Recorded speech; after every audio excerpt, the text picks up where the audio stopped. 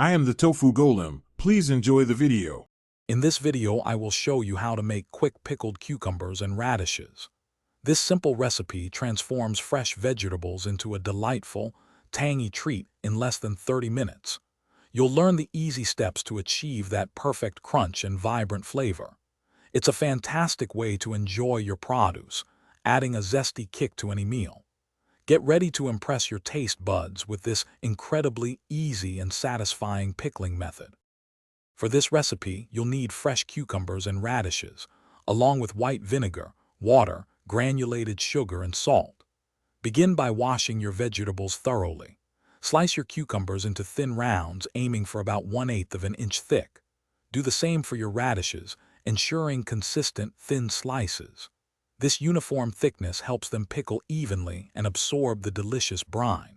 You can also prepare optional additions like fresh dill or a few garlic cloves. Now let's create the flavorful brine. In a saucepan, combine equal parts water and white vinegar. For every cup of liquid, add 2 tablespoons of sugar and 1 teaspoon of salt. Gently heat this mixture, stirring until both the sugar and salt are completely dissolved. Once the brine is ready, carefully pour it over your prepared cucumber and radish slices in a clean, heat-safe jar. Make sure all the vegetables are fully submerged in the warm, aromatic liquid. Once the brine is poured, let your pickled cucumbers and radishes cool down completely to room temperature. After cooling, seal the jar tightly with a lid and place it in the refrigerator.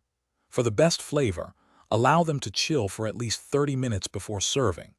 These delightful pickled vegetables can be stored in your refrigerator for up to 2 weeks. They make a fantastic crunchy side dish, a vibrant salad topping, or a zesty addition to sandwiches. Thanks for watching. Consider subscribing if we helped you today.